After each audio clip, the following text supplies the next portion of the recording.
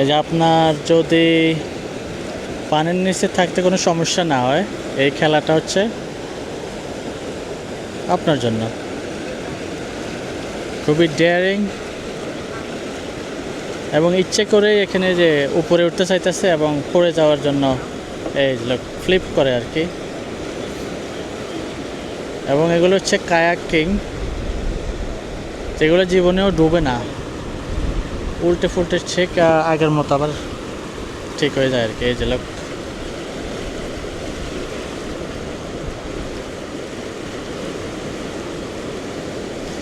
যে বড় একটা আসতেছে,